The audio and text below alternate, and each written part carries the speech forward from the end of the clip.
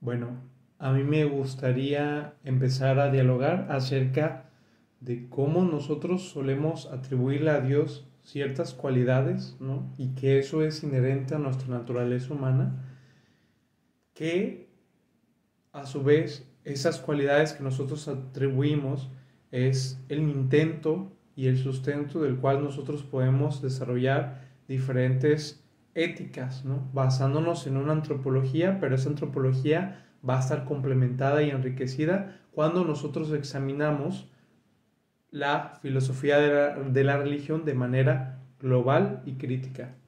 Entonces, voy a empezar a utilizar partes de un ensayo que hice para este trabajo final.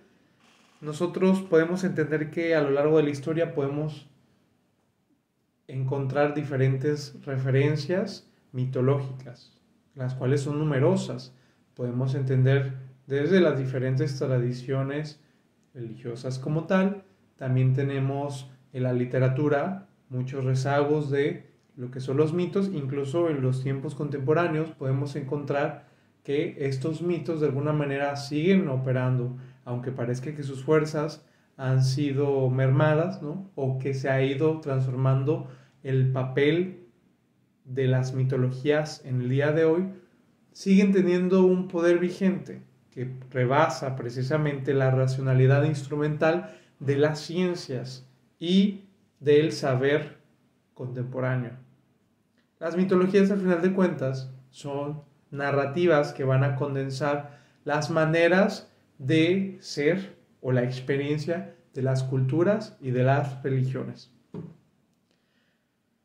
Permiten a su vez tener un margen a partir del cual podemos valorizar las situaciones que se le presenten mediante paradigmas que dan valores significativos a los signos, a los eventos, a las cosas que tratamos de entender que suceden en los tiempos que acontecen y los que vendrán.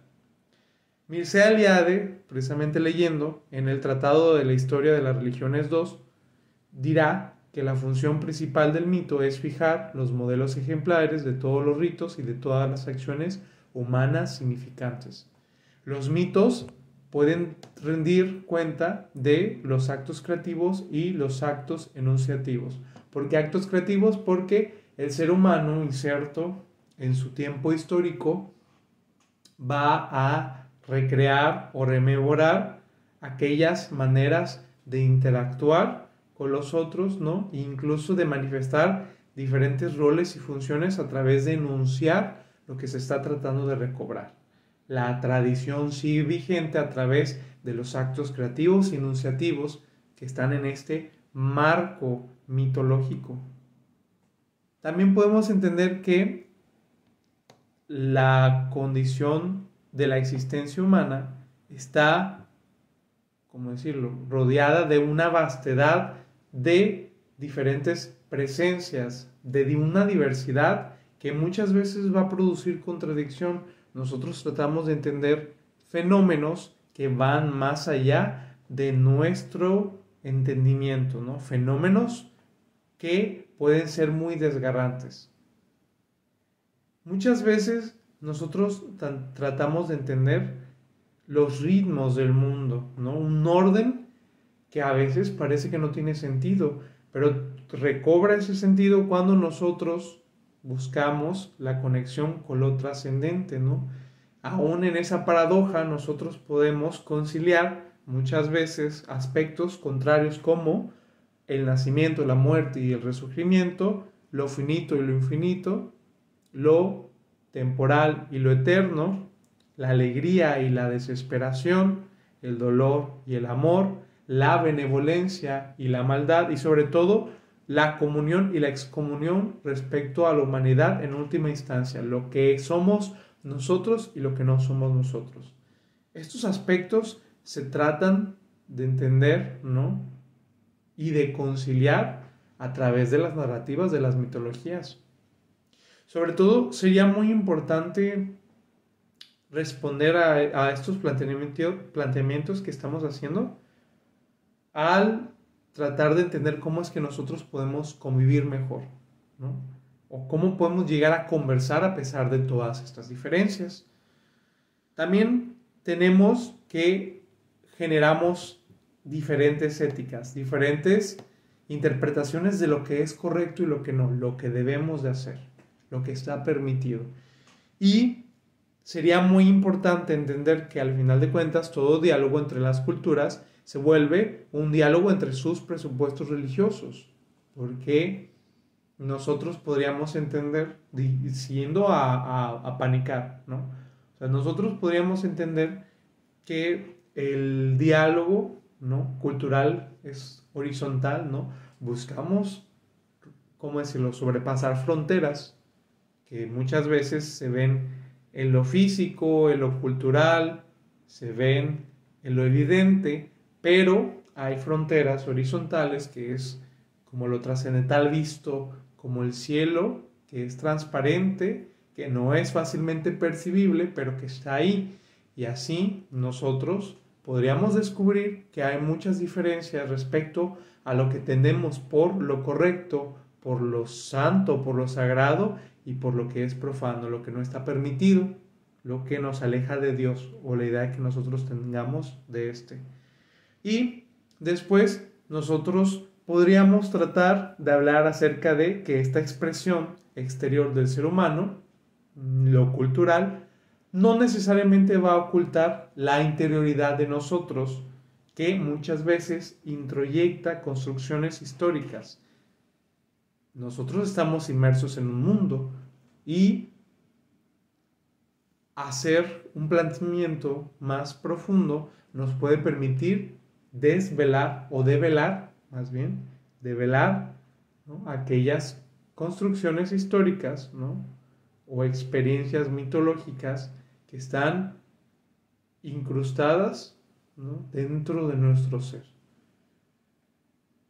Y podríamos seguir a Mauricio Beuchot con su concepción del microcosmos, el hombre como microcosmos, en el sentido de que un individuo no es separable, ¿no? Nosotros somos individuos y a su vez nuestra conducta y nuestra reflexión en un movimiento de mirarse más allá de uno mismo trasciende, ¿no?, lo inmanente, lo unido por naturaleza, la experiencia de lo que permanece en ésta se separa, haciéndose exterior y anterior a nuestra conciencia y existencia. Y aquí es cuando nosotros podemos entender que el ser humano va más allá del sentido concreto que le damos. Puede tener diversidad de interpretaciones, sin embargo, no todas las interpretaciones son correctas. Si el ser humano es contradicción, porque en esta vida no coexisten todos los elementos del gran mundo del macrocosmos, la ampliación y elevación se torna una búsqueda que expande el microcosmos, el hombre que participa de los diversos reinos del ser. Aquí es cuando nosotros podemos entender al ser humano como una analogía viviente. Muchas veces el intento de explicación religioso, mitológico, se vuelve una especie de transformación, ¿no?, o ir más allá de las formas de las cosas. Utilizamos sobre todo metáforas o la metafísica. Metáforas porque empezamos a hablar más allá de la forma de la palabra y del lenguaje, y metafísica porque vamos más allá de lo evidente y de lo concreto, vamos al sustrato y fundamento de las cosas. Cuando nosotros queremos entender a fondo las éticas y su conexión con la antropología, podríamos empezar a entender que la antropología es una ontología del ser humano que se despliega en convivencias éticas en su práctica.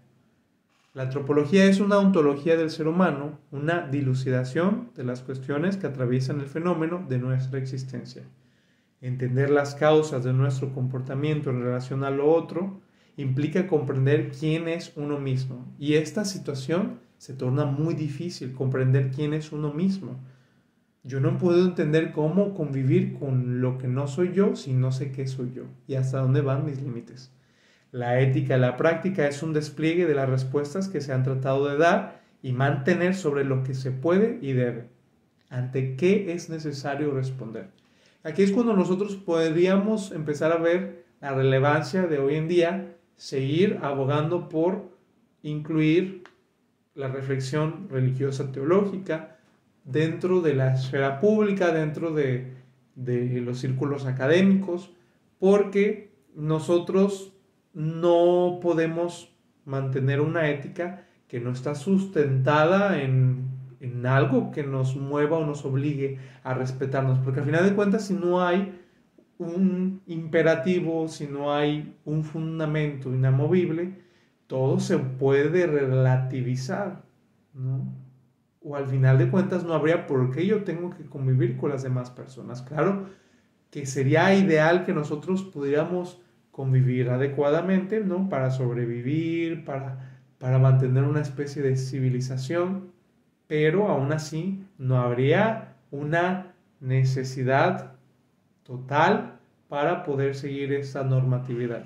Entonces, nosotros podemos empezar a plantearnos el siguiente cuestionamiento: ¿ante qué es necesario responder? ¿O ante quién es necesario responder? Aquí es cuando nosotros podemos ver la importancia de la filosofía de la religión de manera global y crítica como una mediación intercultural e interreligiosa. Abordar lo religioso, teológico, introduce preguntas que irrumpen lo cotidiano y el sentido común establecido de manera reflexiva. A veces suele ser incómodo tratar estos temas, pero será necesario para que nosotros podamos reflexionar el por qué estamos haciendo las cosas en realidad. Planteando otra hipótesis, podríamos decir que lo religioso se torna lo axiológico o lo que es digno para nosotros. Las diferentes tradiciones aportan, pero han de examinarse, ¿no? ¿Cómo podríamos entender al final de cuentas qué es lo más digno? ¿Sobre qué es lo más digno? ¿Qué relación nosotros podemos tener con eso? ¿Qué es lo más digno? Estas cuestiones filosóficas en la religión nos pueden servir como una especie de ideario o cuestionario que busca resolver las disputas del ser humano en relación a su coexistencia. Procedo. Una filosofía de la religión global y crítica lleva a reconocer que cuando nos preguntamos aquellas preguntas que son fundamentales en nuestra existencia, nosotros estamos tratando de resolver otras cosas. Cuando intentamos preguntarnos ¿quién soy?, nosotros nos preguntamos en realidad por la naturaleza de los seres humanos. ¿Quién es el ser humano? ¿De qué está compuesto? ¿Hasta dónde llega? ¿Cómo se llega a ser humano? Cuando nosotros nos preguntamos de dónde provengo, en realidad nos estamos preguntando por la condición original de los humanos y si ésta es libre, buena e iluminada. Cuando nos preguntamos a dónde estoy dirigiéndome yo, nos preguntamos en realidad si los humanos sobreviven a la muerte y cómo, si es que vale la pena seguir viviendo. Cuando nos preguntamos cómo llego ahí, a ese final, nos estamos preguntando en realidad por los caminos para alcanzar los destinos y si puede haber un camino que al menos sea verdadero y efectivo. ¿De qué servirá intentar reflexionar tanto, encontrar la verdad, si nosotros decimos que es imposible conocer esa verdad? Cuando nos preguntamos qué obstáculos están en mi camino, nos preguntamos en realidad cuáles obstáculos previenen al ser humano de alcanzar su destino y si la religión misma puede ser un obstáculo.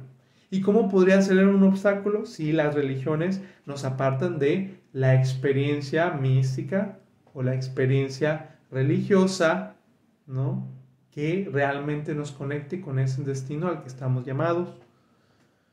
Cuando nosotros nos preguntamos qué es lo fundamental de la naturaleza y si está diseñada para los caminos religiosos de los humanos, en realidad partimos del cuestionamiento de qué es el cosmos. ¿Qué es el cosmos? ¿Qué es este orden que nosotros aparentemente estamos encontrando? ¿Y este orden de dónde viene? Nos preguntamos entonces si es eterno, creado o generado, y si puede ser probada su causa. Cuando nosotros nos preguntamos a dónde se dirige el cosmos, nos estamos preguntando en realidad si este tiene un fin, y si es así, ¿qué sucede después? Aquí es cuando nosotros podríamos ver una analogía ahora sí, entre el cuestionamiento individual y el cuestionamiento a gran escala, ¿no? ¿Por qué estamos aquí? ¿Por qué está esto? ¿No? ¿Para qué está esto? ¿Hasta cuándo está esto? ¿Cómo llegamos a esto? ¿Y qué obstáculos puede haber? También cuando nosotros nos preguntamos cómo funciona este cosmos, ¿no? Nos estamos preguntando si este puede albergar experiencias anómalas, fuera de lo común, y experiencias extraordinarias, las cuales también incitarían una duda de si son parte del funcionamiento de este cosmos, por así decirlo. Es normal que haya milagros, es normal que haya excepciones, es normal que haya intervenciones divinas. Cuando nosotros nos preguntamos qué obstáculos están en el camino del cosmos, nos estamos preguntando en realidad si hay desorden, sufrimiento o maldad.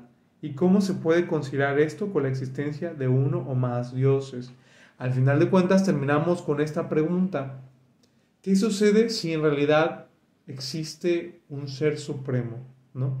Un ser supremo que aparentemente permite que nosotros suframos y que exista la maldad a su vez.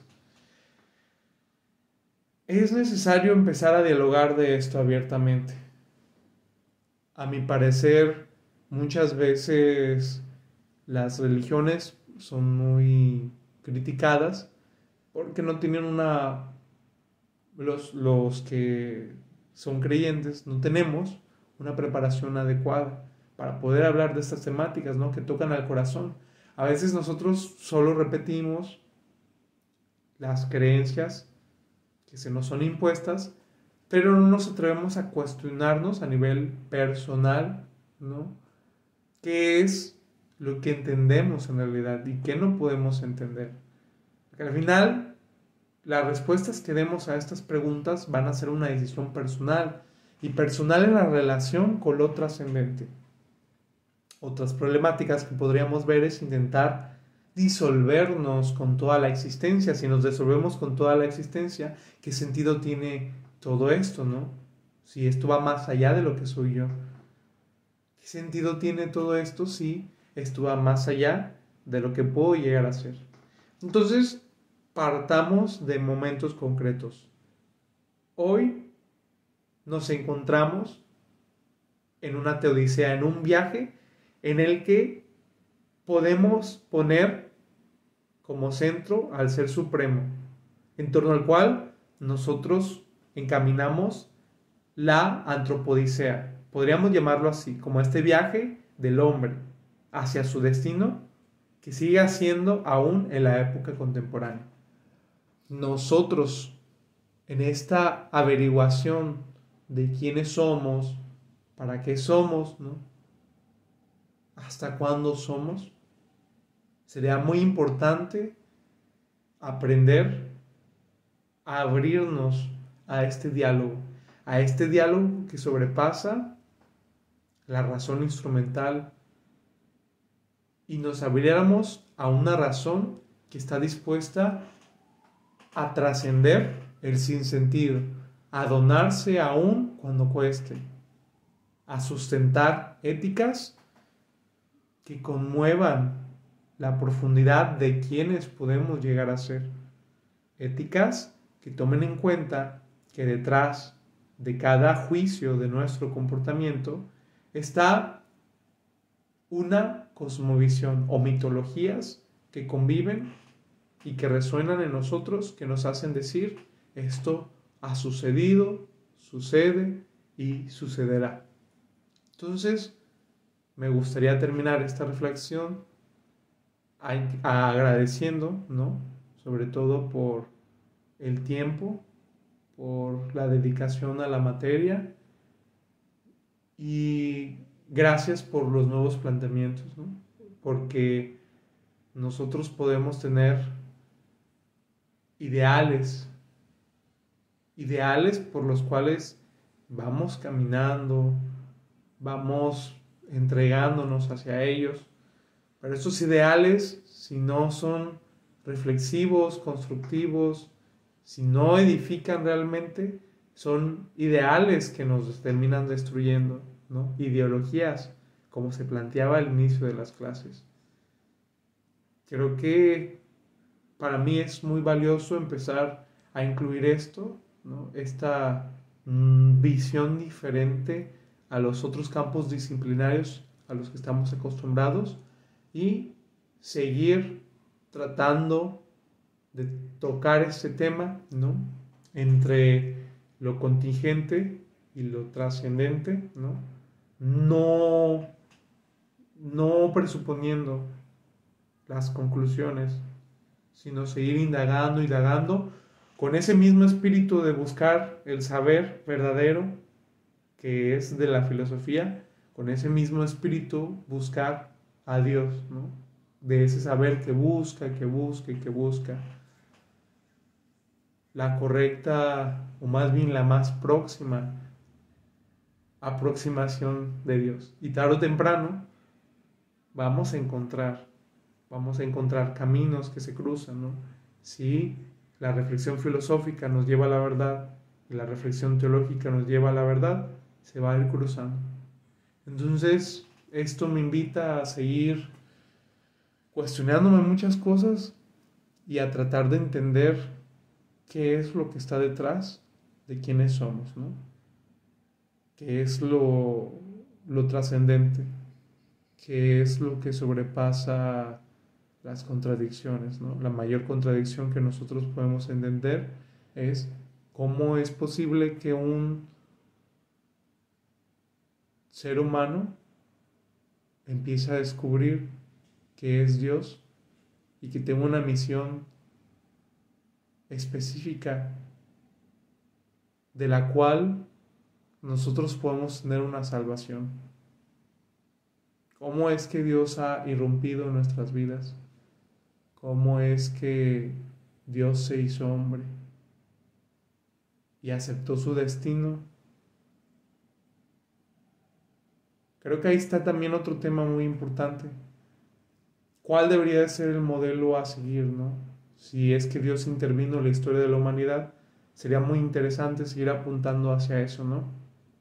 Los momentos donde parece que Dios ha intervenido, ¿no?